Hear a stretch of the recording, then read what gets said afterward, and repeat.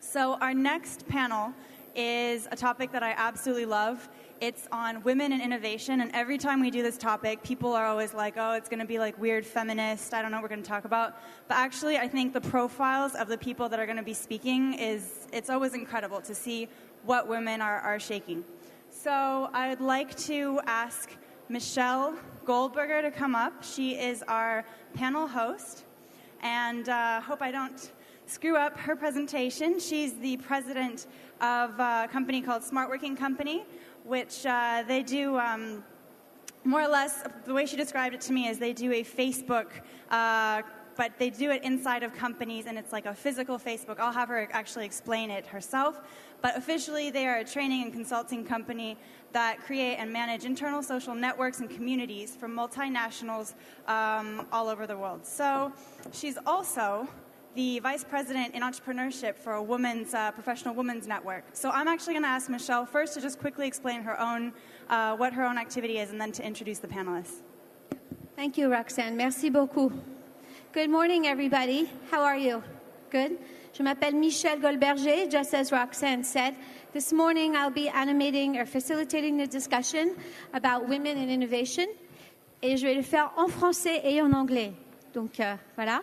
So as Roxanne said, I'm an entrepreneur myself. I have a company called Smart Working. It's smartworking.fr, and we do training and consulting. We help multinationals and medium-sized companies to build communities of best practices, of trade, for example, and social networks internally. So Roxanne said it exactly right. We help companies to build an internal Facebook. Because actually, and I wanted to say, is there anybody here tweeting? Who's tweeting? Raise your hand. Oh, great. Thank you. By the way, we have somebody here in the room who's tweeting for Mitinov. So you want to tweet back at them? You can tweet back at me. I'll catch it later. My tweet is Smart Working Co. So be careful. This is something that's retweetable. Coming back to the question of internal social networks, I heard something very funny the other day about on Radio BFM. Some big consultants said, these days a lot of big companies, they think that technology is the answer to everything. But very often the problem is not found in the computer, but between the chair and the computer. Anyway, so without further ado, I'm going to open up the conference now. So thank you, everybody, coming over to join you.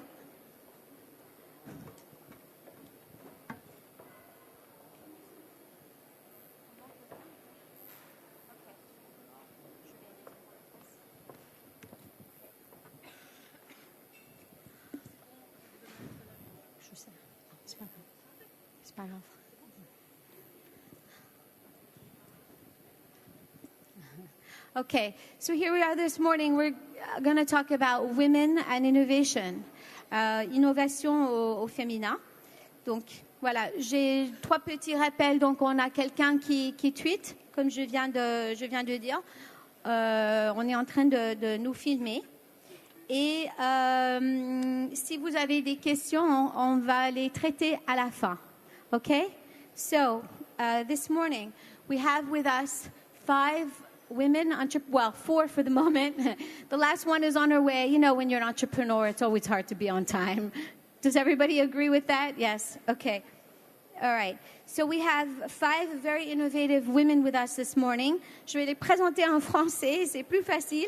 Bon, donc à ma gauche, je vous présente Patrizia D'Alessio, qui est la fondatrice d'ESA Therapeutics. Donc elle est docteur en médecine, hématologiste, c'est bien ça, et biologiste cellulaire.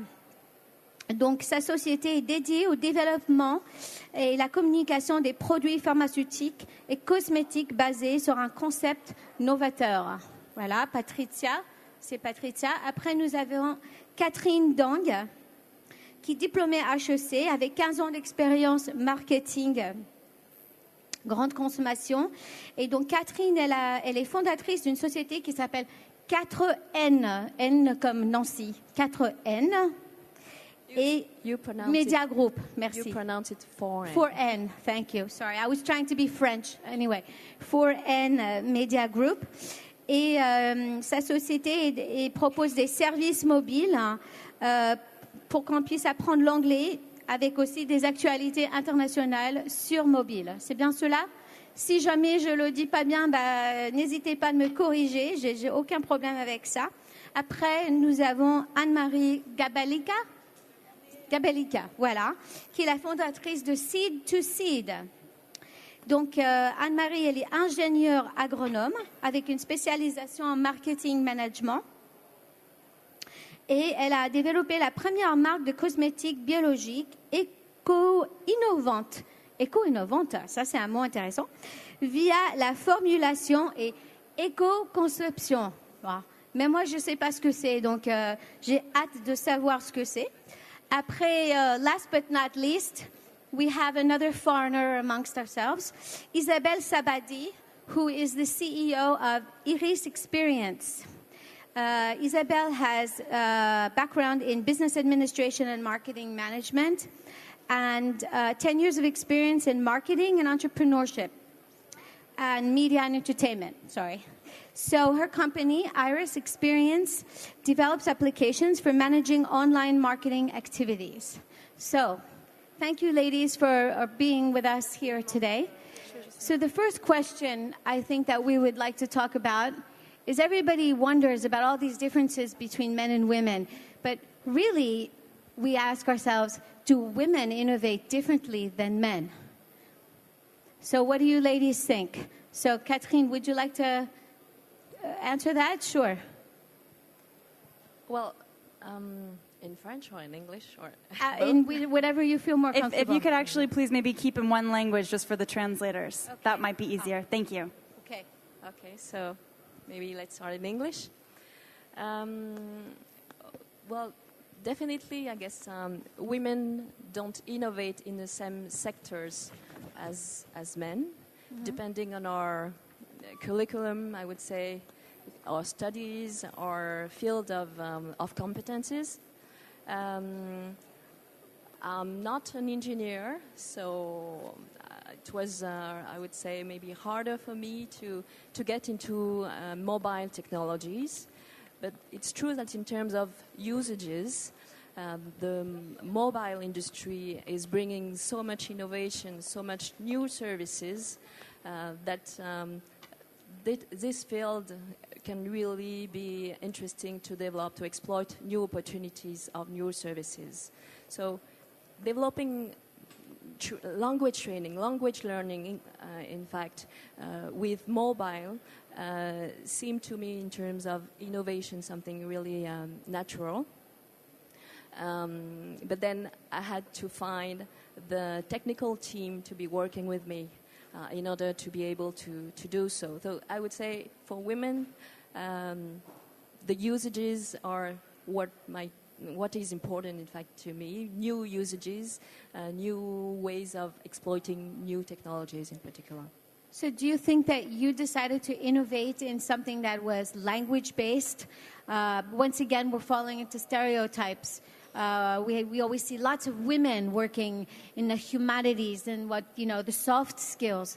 So once again, I mean, okay, I'm going to say it, but we've fallen again into that stereotype because it's foreign language. So, well, yes, what do you think of that? The sector is foreign language. Okay, but yes. Then we are using a lot of technologies, in fact. Mm-hmm.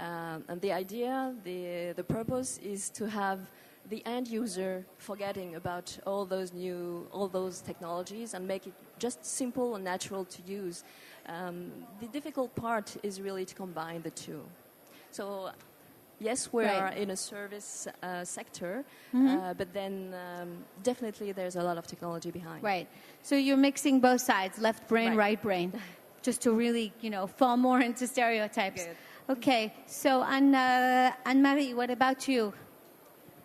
I don't know if women really innovate in a different way. I would say that maybe women are more customer-focused than technology in itself. That's so true, yes. And what you were just telling us is that how you can design your application in view of what the end user will feel and what we really need.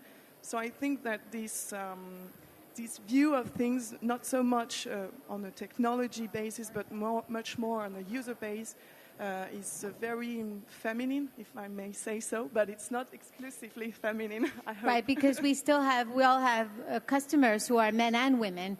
But it's true that we could say that women maybe were more focused, on the customer, the user, the customer experience, which is a good thing, right? Right. Okay, Isabelle, what about you? Ça arrive bien au même.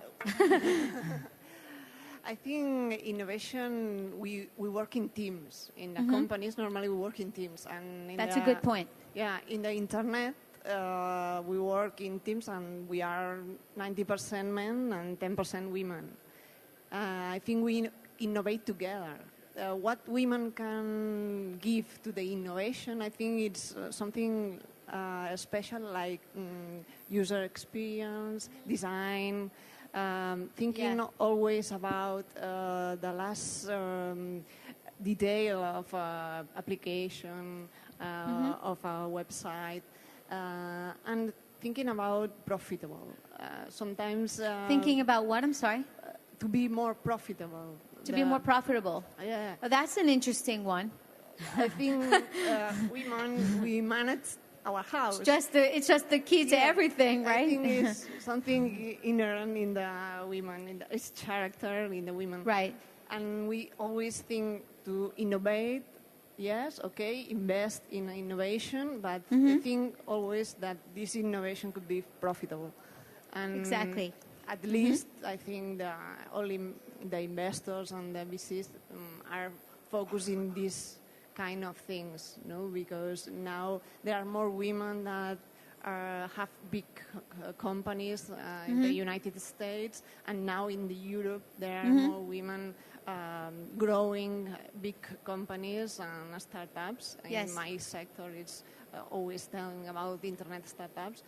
And they're leading innovation, but profitable innovation. Okay, thank you. Patricia, what do you think? Yes, in fact, I don't agree on this quite diligent positions.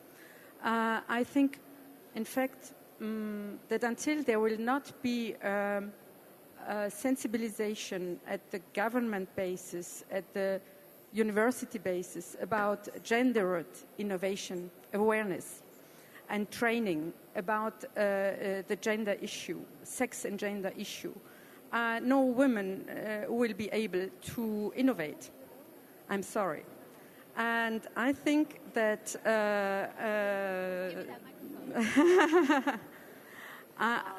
I think that this is a very important point, and I agree completely with Stanford University Londa Schiebinger, who really looks at several aspects of gendered innovation, in the sense that she proposes that it could be taken as a resource. And the examples, the case studies she quotes are quite revelating. Do you know what the women killer number one is? It's heart infarct. But nobody knows because it just has different symptoms compared to men.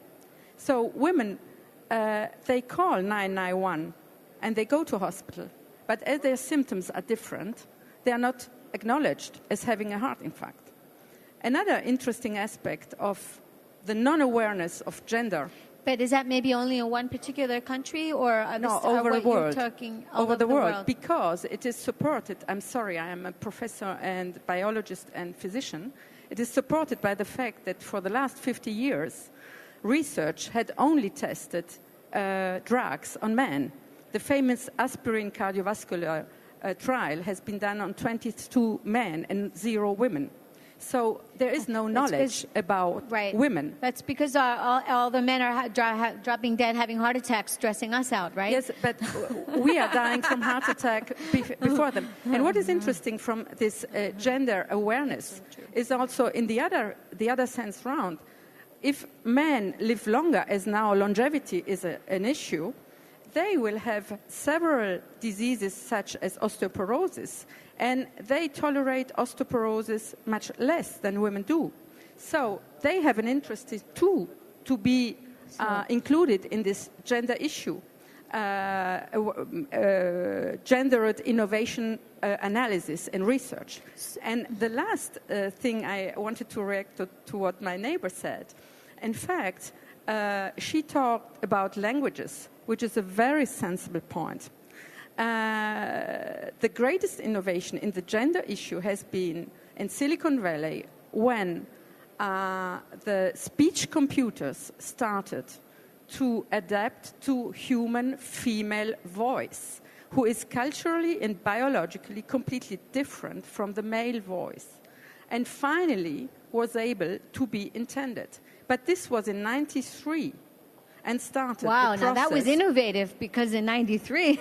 And in 39, between 39 and 93, nearly every woman's voice was not intended because the technology was not adapted to register a woman's voice. So I think that this is a real issue that shows that once you have opened it up to the women problematic, I mean the gender issue, you also can transfer it to other issues such as ethnic and handicaps and minorities. And those have different voices. Of course. But I think what we could say maybe to wrap up all these very interesting opinions concerning this question, and thank you very much, ladies, for your input, is to say that we are aware, of course, of differences, but we all have to work together, and without men and without the different ethnicities and the different cultures, etc., that we will not, we won't make it in the world. So we need men, we need all those other differences to create, to boost our companies to go further, right? We all agree with that? Yes, absolutely. Okay, so the next question that we're going to talk about are which sectors do women innovate the most in? Are there sectors where women tend to innovate more in? Are there sectors where there are not enough women? What do you think, Isabel? I think in Spain, there are, you hear me? There are some sectors like marketing, communication, something like this, there are more women, but not in the technological sectors, only more in the typical enterprises, traditional enterprises. In biggest enterprises, there are more women in innovators, and in the internet sector, it's more difficult to find more women because there are not a lot of women with technological skills, as she said. No, there are a lot of women that they think it's impossible to have a company, a technological company, without technological skills. I said this is not true. I haven't. Do women, or have you ever had that question before? Yeah. That you're a woman and you're not able to have a business and work in the IT sector? Yes. Right. So actually, that's a good question. So when somebody says that to us, how is it that you can be an entrepreneur and work, have a successful business? Heaven forbid, in the IT sector. What do you say? What's your response, Isabel? Because companies have teams. You have to have people with different skills and different departments to grow up. And the first thing, the CEO and the founder, his mission is to have a vision. No? You have to see what they want to do, to solve a problem or create something. But then you have to find a team to grow and to build this company. Right. And okay. I think for women to have this vision could be there are a lot of women that could have skills and the vision to do something in technology, because to make software is to put code, but to put code is not to do a product. A product is to solve a problem. Okay. So basically, you're saying that we can be entrepreneurs and be successful in technology, and it's all about having a vision, right? Yeah. Yeah. So Catherine, what is your answer when somebody says to you, "What? You're a woman and you're an entrepreneur and you're successful?" Oh my God! What do you say? Well, usually people don't ask it. They think. They think it, right? Well, But then we've all heard something like this before. Right. No? Yeah. Well, Yeah. But then yes, Isabelle is really right. I mean, it's a matter of team, and I would say that when you have women in the team, then maybe the skills in a firm are more balanced. I mean, there are more technological people, salespeople, marketing people. We're coming back again to the subject of diversity, right? Exactly. Yes. Exactly, I would say. Right. So that's a good question. I'll come back to that in a minute about are women bosses or women managers? Are we more focused on the team? But I'll come back to that. That's a good question.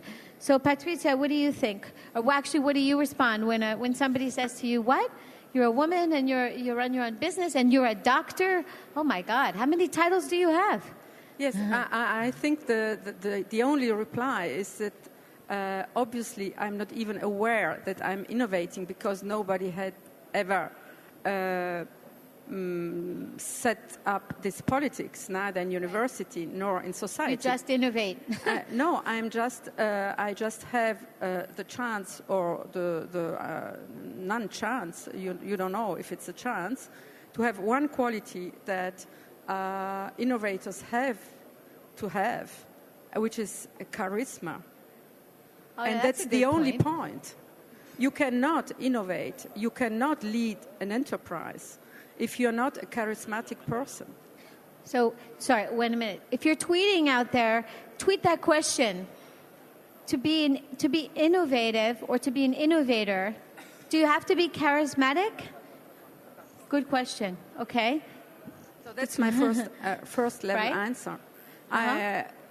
The second point is that the team problematic is quite tricky in the sense that it reproduces domestic situations. So in a team situation... Domestic situations? Yes, domestic What do you mean? Are you talking situations. about like husband-wife? Yes, Oh. first. And second... Oh. So how many of you work with your husbands? No, not okay. husbands. Oh, in the sorry. sense that you have colleagues, you I have see. employees, you have investors, you have business angels around the table, and in the end, you wash up the coffee cups.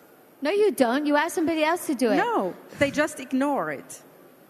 So there is in the team But you need to ask. You need to tell them to do it. It's your job. No way. There is a problematic in the teamwork which reproduces domestic situations. I don't wash coffee cups. Let it be known.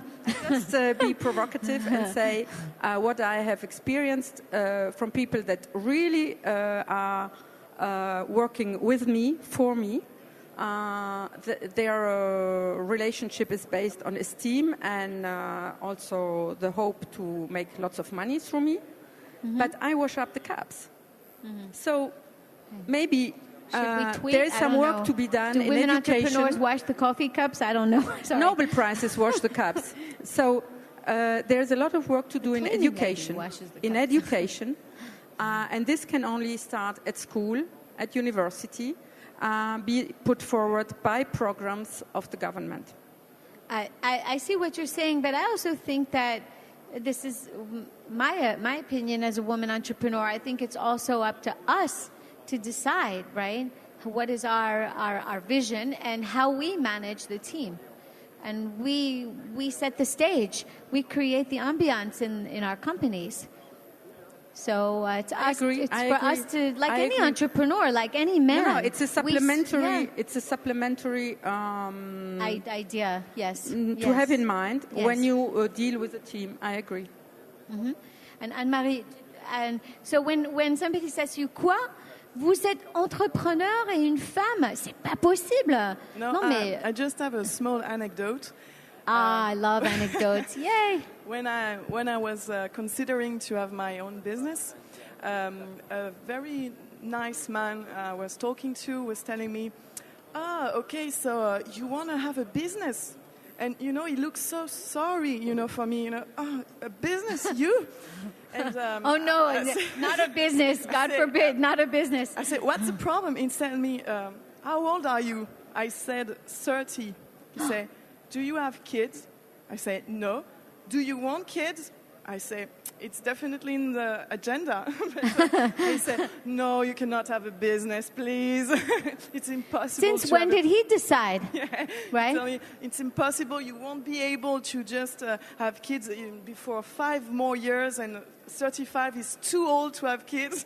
And so it was the only instant where I felt that being an entrepreneur, as a woman was... not that easy, but... was he? I hope he wasn't your banker or your investor. No, it was a nice man. Because then you're really... nice. But, I see. It was very funny. It made me really laugh. I don't care, but because it's really what I want to do. Okay. But it was funny. So let's come back to the original question, because we seem to have meandered a bit, which is okay. So the original question was, do women innovate in different sectors? So if you look at the classic, entre guillemets, quote unquote, the classic male sectors, we did some research, and I found, for example, on the web, that the European Commission says that 30% of European researchers are women. Only 30%. Another thing I found, that according to the European Commission, they put out a study called She Figures, and it said that they came up with 18% of European professors are women. So, go ahead. May I ask, in France, only 15% of engineers are women. I want to say that it's really So what's your message then to young women? Because this is a great platform. Tweeters, listen. So Anne-Marie has a message. What's your message then? Yes, you have a message. What's your message to young ladies who are in IT or engineers, or if you could say something, what do you want to say? This is it. I say we start in school. We have to put some feminine role models that are different from Rihanna or Beyonce, but maybe more Marie Curie or... sorry, you have to retweet that. We need role models that are not Rihanna and Beyonce. No. Please retweet. Thank you. Sorry. Because we have to show more all the achievements, the great achievements of women, and to propose that to little girls as something they can look up to. Something to aspire to. Not being just a star or just being a singer, etc. It's nice. I don't criticize, but I think there are other things that can be more aspirational than being just a singer. Okay. I mean, in France, we have a woman that is amazing. She has uncovered a big scandal. She's name is Irène Frachon, and she's very courageous, and I think those are this kind of women we have to look up to, and the little girls have to look up to. So it starts from early age, and that's my little message. Yeah, I completely agree, and I would like to add that 25 years of gendered innovation in the US have brought the 30% you were talking about to 45. So the profession in which women are now getting to overcome the 50% is biology. The half of them are female PhDs. But because there have been 25 years of looking up to Marie Curie and similar, and female Nobel Prizes in biology and medicine in the US. But the question remains, and then what do we do then? Because the gender and sex issue, it's just a door to go to the whole more important question of... It's just one element amongst many. Of diversity. We need to get we are over women, it. but the diversity is the team. Exactly. So actually, I have another question very quickly before we're going to treat some questions and answers. If anybody out there has your questions, please get them ready. But I want to quickly ask everybody, Isabel, when you're starting your company or even now, who's your role model? It's a good question, huh? Very good questions. I have main models, Steve Jobs. Steve Jobs, that's a good one. Steve Jobs. Because I think role model for many. Yeah, simplicity of the Apple devices is very important for our business. Okay. All right, thank you. Anne-Marie, your role model. My role model, one of my many role models would be Wangari Maathai. She's been the Nobel Prize, the Peace Nobel Prize. She has planted millions of trees in Africa and has been a political activist in Kenya, her country of origin. So I think, unfortunately, she passed away very recently, but she was a tremendous human being, and she has brought to the world something that is amazing, and for me, she is one of my biggest role models. Okay, thank you. Catherine, your role model. Okay, so I'm also in IT and on mobile, so Steve Jobs is also one of my models because of his free thinking, definitely. Free thinking, yes. Patricia. Well, I have a role model who is a woman, and who is Hildegard von Bingen, and who lived in the 12th century. And she was a real innovator in medicine and pharmacology. She was a nun. She had a convent. She was leading a group of people. She had the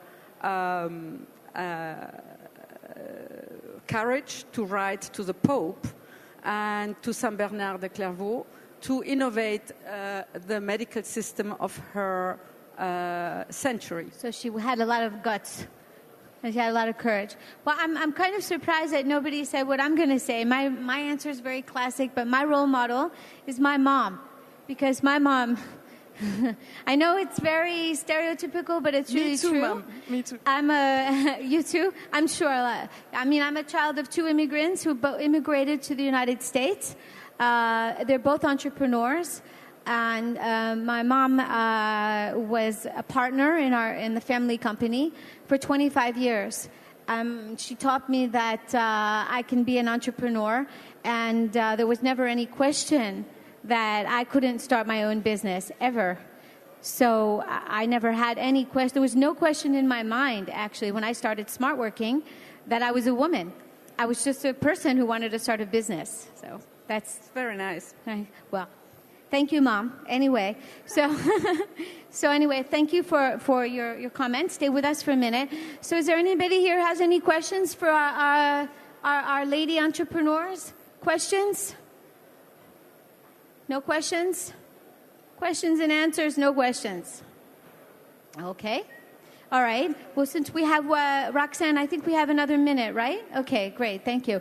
So actually, I want to come back to the question about your message. So Catherine, if you could give a message to young women today coming out of school, wanting to start their own business, not in just IT, but in any sector, in innovation or any sector, what is your piece of advice to them? I guess just to follow your intuition. Follow your gut. Exactly. Woman's intuition. Yes, exactly. Okay, Anne-Marie, we heard your message. Okay, Isabel, what's your message to young ladies? Nothing is impossible. Nothing is impossible. That's a good one for tweeters. Nothing is impossible. Because nothing is impossible. You need a lot of passion, a lot of work, but you could do it. As a night, just do it. Okay, Patricia? I think everybody is born, girl or boy, with a very personal vision and project. And life sometimes deviates this. And one should develop a strong sensibility to the faith in this very own formulation, very personal formulation of its own project. And so what's your main message? How can you stick to yourself. Stick to yourself. Be yourself. Stick to your original idea. Yes. I see. Yes. To wrap it up. Okay. To wrap it up. Go ahead. Wrap it up. I'd just like to say, just try and see. try and see. I think probably my message to young women, to all entrepreneurs actually, never give up. The road is very, very bumpy. We don't live in difficult times, but never, ever, ever give up on your dream. Definitely. So anyway, if anybody would like to speak with us after this conference, we'd be very happy to share our ideas with you. Also later on, I know these ladies will be available, will be hanging around, right? Also, we'll be able to speak to you at the Mur des Idées. The other thing I wanted to say is the wrap-up of this conference and the video will be available on the website after. So thank you very much, ladies. We saw some very interesting points today. We talked about women in innovation, and some interesting things that were said were about how maybe we're more customer focused. We thinking about how to make our innovative businesses more profitable. We talked about awareness and training. There's definitely a big need for that. We talked about having a vision. We talked about managing our team. And we gave some messages, and we talked about our role models. So thank you again, everybody, for listening, and we look forward to exchanging with you this afternoon. Have a great day. Thank you.